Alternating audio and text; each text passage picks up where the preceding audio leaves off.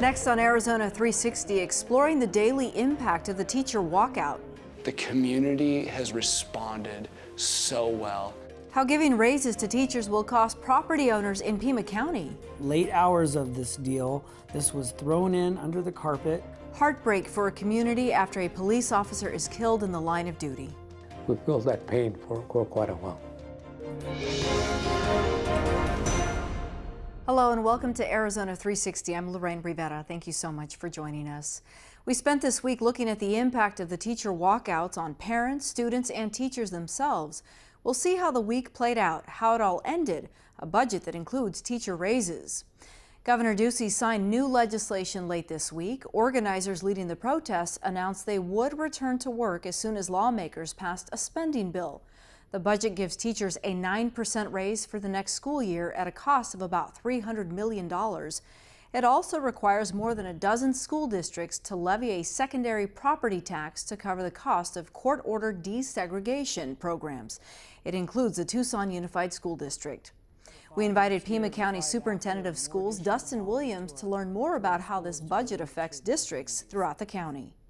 As the details have come out over this spending plan, we've learned that Pima County actually will see an increase in taxes next year. Can you explain to the viewers how that has happened? Yeah, this is the most troubling aspect for Pima County here on this deal.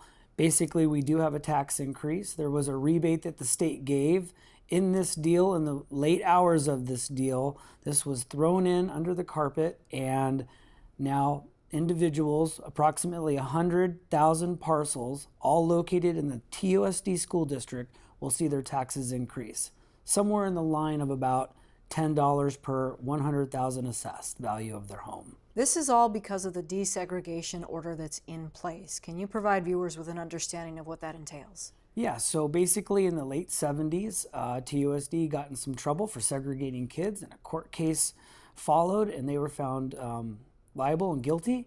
And from there, we now have what's called a desegregation order, where monies are diverted from the general fund to pay for this through taxes, and that is unique to TUSD in the tune of about $65 million a year towards their budget.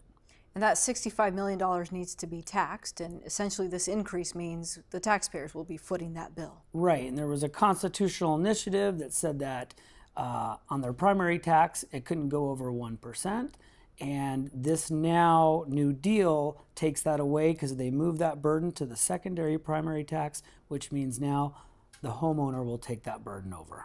Why do you suppose that is? I mean, this is a huge amount of money that the state has had to manage over the years, and some might say, hey, it makes sense for it to go to that county where it's actually being used. Well, you see the writing on the wall for so long with this state. Definitely not loving the deseg order.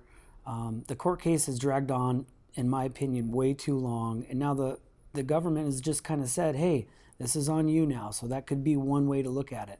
It's unfortunate that we didn't have time to collaborate on this and think of a better plan, or at least get our voters ready for something like this, or most importantly, TUSD. Can this desegregation order ever go away, given that we have so many school choices and options these days?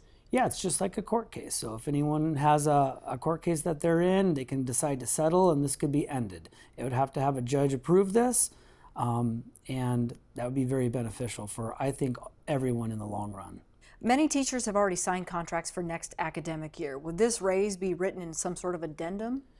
Yeah, that's where it gets a little tricky. So we have teachers that have signed contracts, and now there's going to be an influx of money into the districts. They'd have to do that in the form of an addendum, and that would have to be passed by the boards. As a result of this budget plan that has been passed, does that include other staff, classified folks? So that's the hardest part of this deal, and that's really where #RedForEd pleaded with this governor to put that into the budget. And unfortunately, those type of support staffs, which are critical to our schools to be successful, are not included in this pay raise. There is money in what's called direct additional assistance, which was the two pots, one for the people, one for the stuff. And there will be flexibility for districts to do that, but nowhere near the 9%. And ultimately, it's be up to those school boards it's at their discretion. Absolutely. Again, all up to the school boards. As we wind down the Red for Ed movement here in Pima County, You said that it gained some momentum, but didn't do exactly what it had hoped to do. What's the climate like next week when teachers and students are all fully back in the classroom? The climate next week is going to be what we hope, energy, ready to close this year out, get the kids graduated, get the districts ready to start preparing for next year. But you could see a flat little feeling in the hearts of a lot of teachers. The walkout led the Phoenix-based Goldwater Institute to threaten superintendents with a lawsuit. The conservative think tank claimed some districts broke state law by coordinating with teachers and closing schools for what it deemed an illegal strike. Employment lawyer Barney Holtzman helped explain the difference between a strike and a walkout. We often hear Arizona's a right-to-work state. That's a true statement, correct? That's correct. But what does it mean? So right to work deals with compelling employees to join unions and whether or not you can be forced to join a union to stay on your job. So while it's true that we're a right to work state, with the issues that we're going to be talking about today dealing with the teacher walkout, so because they can't form a union and force their employer to bargain with them, the right to work issue doesn't come up in this issue. Okay, there's also been a difference between the term strike and walkout. Can you strike in Arizona? So certainly in a unionized workforce, you can strike, and in a non-unionized workforce, you can strike. I think it's mostly in this situation a political position. Depending on if you are for or against what's being debated, you will call it a strike or a walkout perhaps. They're not objecting to the policies and practices of their employer, the district or the superintendent. They're talking about funding from the state legislature. And so in a strike situation, you see that the employees are objecting to policies and procedures of their employer, and they usually try to disrupt their workforce or their workplace in order to get those concessions from their employer. Here, the district and the superintendents have not been treating it in that situation and haven't been allowing the workers to go out and go to the legislature and petition and to rally. And so it's not really a strike to me in that sense. The Goldwater Institute, a conservative think tank out of Phoenix, has already said there's a possibility of some legal ramifications. I want to play this soundbite for you and get your take on it. But regardless of the terminology that you use, what you have is public government employees refusing to honor the contracts that they signed, refusing to show up for work as an effort to force the government to do their will. That's undemocratic, and it's illegal, and it's dangerous as a matter of precedent, because what other public employees are going to refuse to do their work until their demands are met next time? Okay, Barney, do those sound like valid statements? I mean, some points that probably some people at home probably have the same questions. The Goldwater Institute certainly has a political motivation in the way that they describe what is going on and the ramifications of what is going on. Education in Arizona, there is a constitutional protection there, and it's considered a fundamental right in Arizona that you're be given a public education. The Constitution talks about 180 days of instruction for free to the public. Beyond that, the legislature has created some statutes that define what that 180 days looks like in terms of instructional minutes, and then they push down the authority and ability to deal with how that's all plays out to the individual school districts. If the districts are allowing their employees to take some time off, whether it is under established paid off policies or in some other manner, generally the state has allowed the districts to decide how to go about ensuring that the students get their fundamental right to 180 days of free education. What about employees? Just this week I overheard a district employee saying, I'm not getting a paycheck this week, and that's going to hurt me. And that's a very unfortunate part of all of this, is there are some employees who are hourly employees who only get paid when they work. And so if they don't have any sort of leave built up or certain rights, if they don't show up to work, they're not going to get paid, and that is the law, and that's unfortunate. What is the obligation of the district to that employee, that teacher who says, I'm here, I'm ready to work? I think it's the first place you'd have to look at is their contracts. All teachers have a yearly contract with the school district, and so that probably discusses when they're able to come on campus, when they're able to work, what's required of them.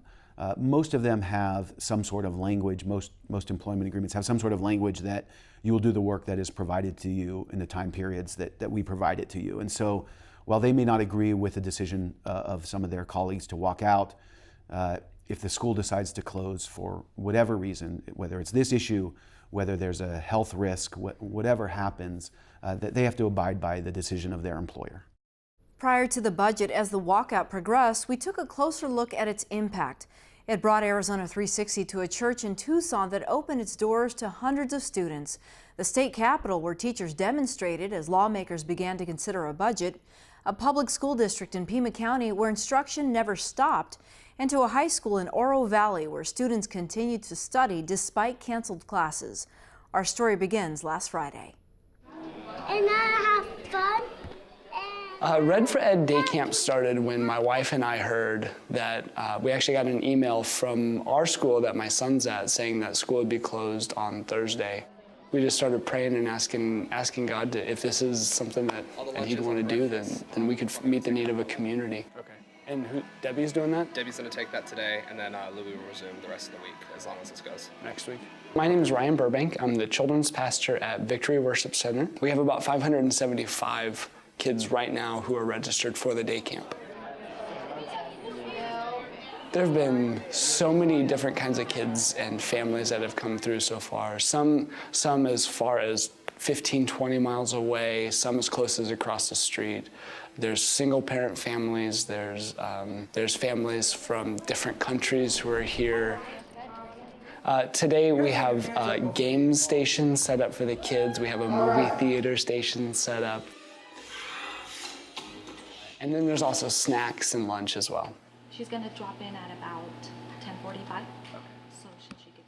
The majority of the food that you see on the table right now is from the Amphi district. And Amphi basically just called and said, we've got breakfast and we've got lunch that we'd love to give you guys, and loaded us up with 300 breakfast baggies this morning and dropped off 300 sandwich ones. And so we've seen people who have never stepped foot on our campus just feel welcome. A couple people have even said, like, I've never seen so many smiling faces before. The community has responded so well. I mean, I've been getting phone calls after phone call of different organizations, different pizza places, I should say. How can we help you? I can give you this at a discounted rate. I have message after message of just random people. You know, we want to contribute, we want to give you money, we want to give you donations. In a situation that the parents aren't sure how long the walkout will last, we're making the commitment to say we're here to provide hope for as long as we can. It's my way of just giving back the way Jesus has given to me. We're already making plans to be available until the walkout ends. We're going to exhaust all of our resources, whether it be people or finances, until we run out to be a part of our community.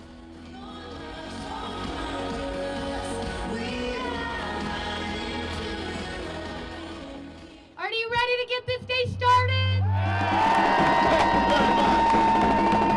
All right, Red for Ed. Let's let them know that we're in the house today. We're going to start with a little chant. How about what's the plan, Doocy?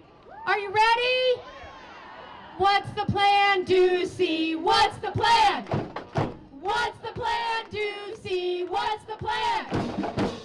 And I just got back from our caucus briefing, and I'm incredibly disappointed to see that there's no new sustainable revenue sources. One of the basic demands of this group.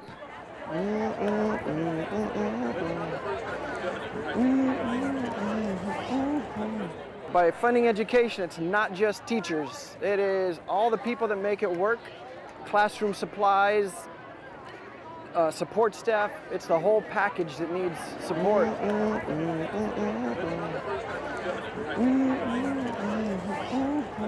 There also is a number of individuals who wanted to send a letter to Governor Ducey, but the line was just too long outside.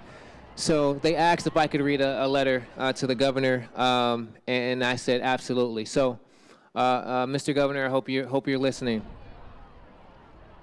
We need experienced teachers in the classroom So many teachers are leaving the classroom or the state in pursuit of more reasonable and living wages and better, less stressful working conditions.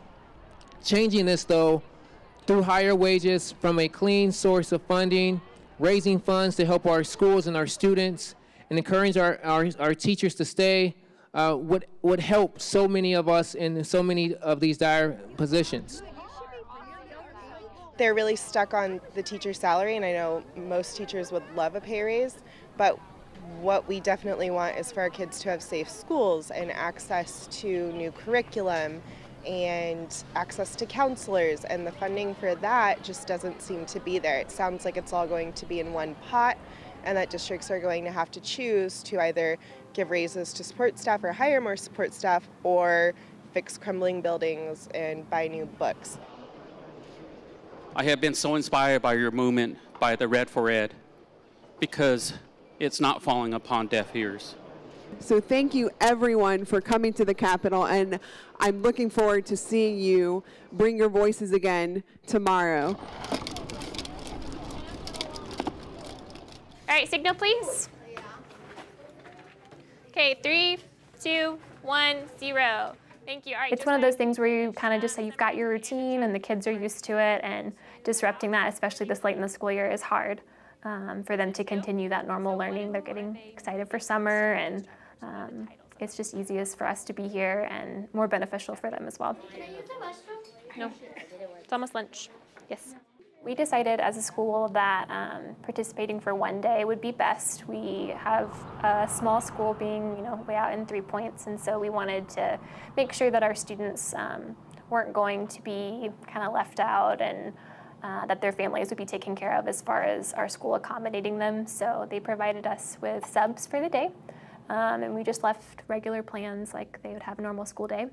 And I think we wanted to go on Thursday just to kind of be part of that big crowd initially making that march to the Capitol. 70% of our people here live in the district, and so they really know how important the school is, and it's a close-knit community, and they really know, they put the kids first, and obviously they're 100% in support of what's going on. So if you get stuck on this one, you can always skip it and come back to it too, because we've done a lot of this stuff as a whole class, so those should be a little easier to get to. We provide free breakfast and lunch to all of our students, and so it was important to us and the teachers and the staff to make sure that we would be able to stay open. So those students could come and receive, those free meals, and it alleviates that childcare issue for some families that don't have a plan in place besides school, or the ability to leave work. Number 1 says, if you were to give a title to this section of the book. We've had some staff that have children at home, and so I've told them that if they needed to or wanted to, that they could bring them. We could probably get them volunteering. We have a senior in high school that's here helping out today, right now, helping his mom. Actually the principal will get ready for some assemblies, and then she was talking about bringing her niece in tomorrow, a freshman, to help out and support. So we're not really talking about it much at school. It's more have that discussion kind of with your parents about the political aspects of it. But I think they understand, kind of what's going on, and they're happy that their teachers are here. Some of them were concerned with the initial, oh, you're gonna leave us. And it's like, no, we're not gonna leave you. Like, we're here for you. And school's gonna continue throughout the end of the year. I'll give you guys 1 minute to share, and then it'll be time for lunch. So go ahead and choose your word, have your definition, share with your partner. Since we don't know what the future holds, let's focus on getting some math done. My name is Chris Getman, and I'm a high school math teacher at Kenyon Del Oro High School in Tucson, Arizona, and we are sitting in my classroom right now. There are roughly 25 students reviewing for the advanced placement calculus test, which is 2 weeks from yesterday. Part C requires a little bit of work on piecewise functions. I know we just have briefly touched on that in class. We've met Saturday and Tuesday and today for this particular group. This one is a little bit tricky, and there's a number of ways that we can do it.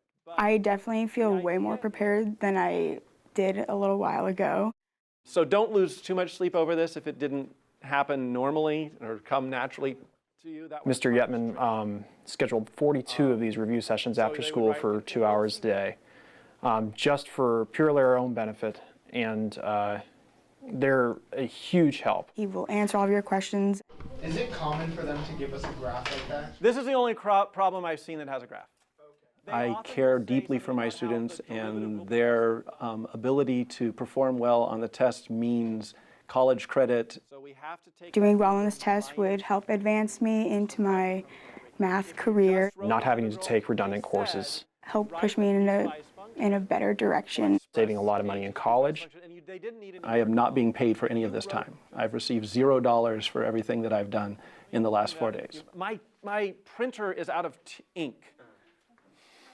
Symbol of schools, my printer is out of ink. My wife is also a teacher, and I have seen our ability to afford a decent standard of living erode continuously over the years. The second is, this room is often not cleaned because we cannot keep a custodian with the wages that we can afford to pay them. So often my students and I clean the room. It's upsetting because they obviously do it so much for us. Like Mr. Yetman doesn't have to be here. If you wrote the integral from 0 to t, regardless of what happens with the walkout, the advanced placement calculus test is going to take place on May 15th, and I want my students to be ready for it. I don't know anything about school. I was told that the superintendent is meeting at 4 o'clock with principals to make a determination. I have teachers that are posting assignments online. I have teachers that are hosting review sessions, especially AP teachers, but even on-level teachers are making sure that we have at least material to read. Class is canceled, but school's not out. Everybody here is working. This is their way of seeing if you recognize the average value of a function.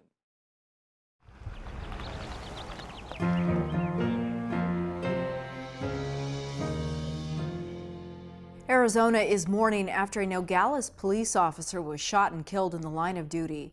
Officer Jesus Cordova was 44 years old. It's the first time in more than 130 years a law enforcement officer was killed in the border town.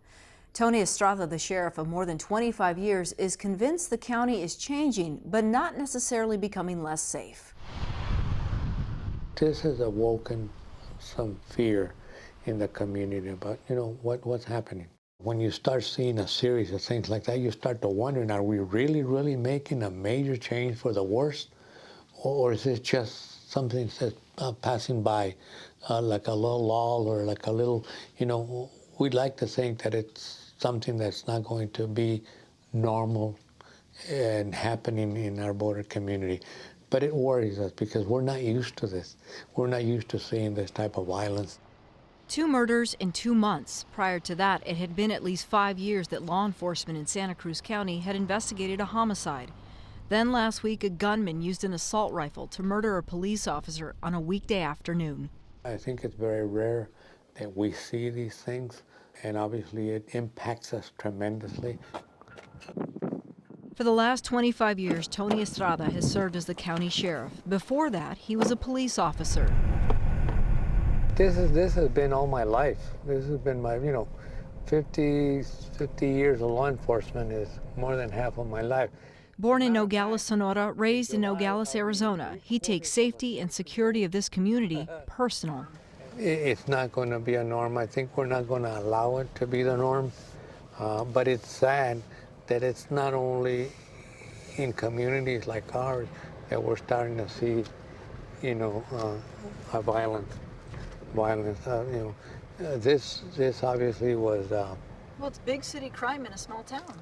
Yeah, and of course not on a regular basis, obviously. Does Nogales still have that small town feel? It does, because it hasn't grown that much, and there's generations of people that still live and work here. That hasn't changed, but you do have a lot of new people that have come in. While we may still know some of the older families, it's not like it used to be. There's a lot of people that we don't know that live across the line that we've never met before. And by the same token, Nogales and Santa Cruz County has also grown, but it hasn't grown by leaps and bounds like it has in Nogales, Sonora. Early in his career, the sheriff tells me that growth presented economic opportunities and social challenges. The majority of the things that we used to see as a police department was what we call cross-border crime.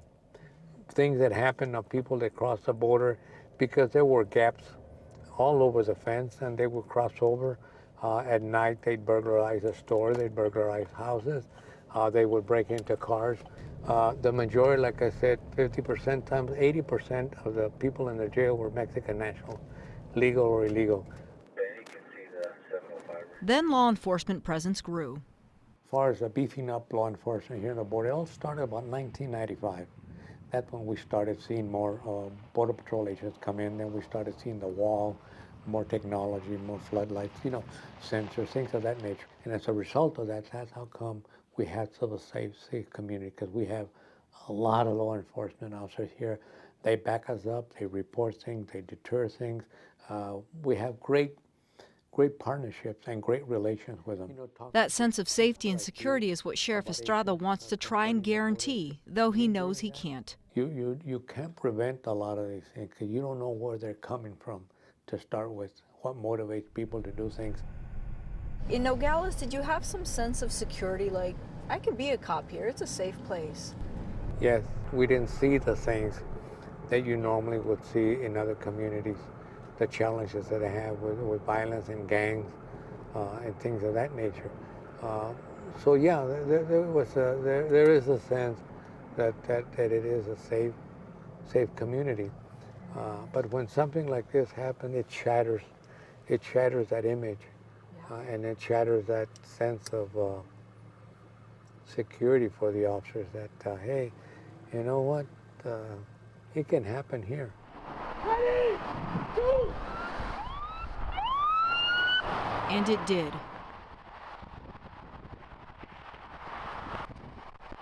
As the community mourns the loss of 44-year-old Jesus Cordova, a husband, father, and law enforcement veteran of more than 10 years. The law enforcement community obviously lost a great individual and a great law enforcement officer, and we will feel that pain for quite a while. Estrada reflects on the bravery of the men and women who serve their communities. People sometimes don't really realize that, when there's danger, police officers are going to go and take care of it. They're going to think about what they can do to prevent things more than what is going to happen to me. That's their job, that's their role, that's their commitment, that's their dedication that they have. That's all for this week. If you have any feedback, send us an email at arizona360@azpm.org. Thank you so much for joining us. We'll see you next week.